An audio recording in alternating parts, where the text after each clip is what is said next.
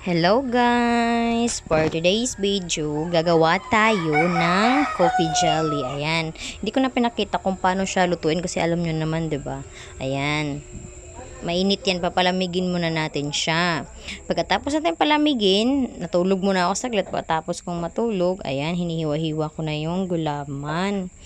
Ayan, hinihiwa ko siya ng 2 cubes.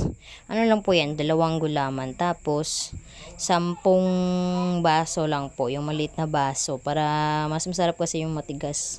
Pag marami kasi yung tubig, malambot. Nasa sa inyo din yan. Tapos, nilagyan ko siya ng, stick, coffee stick. Tapos, nag-ano ko ng mainit na tubig. Tapos, hinalo ko para hindi magbuo-buo.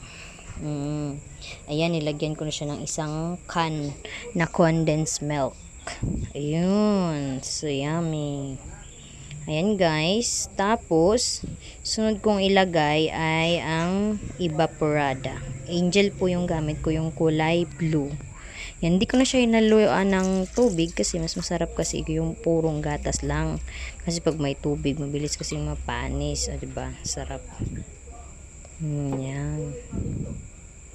Tapos, haluin. Yun, may ano pa.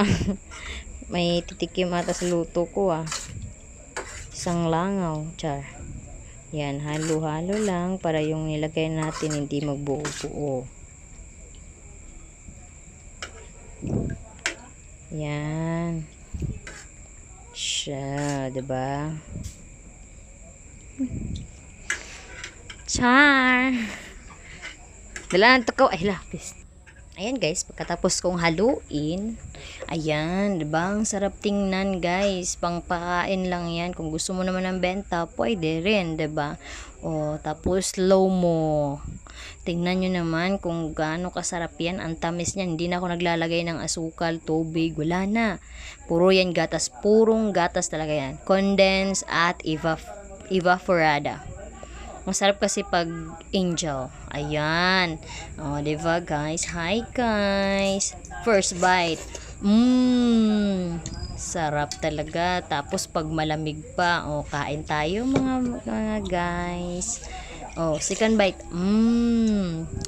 Sarap talaga. Hindi mo talaga maano na hindi siya masarap. Masarap talaga siya. Kaya kayo guys, gumawa kayo kasi ang init ng panahon. Very good. Bye-bye.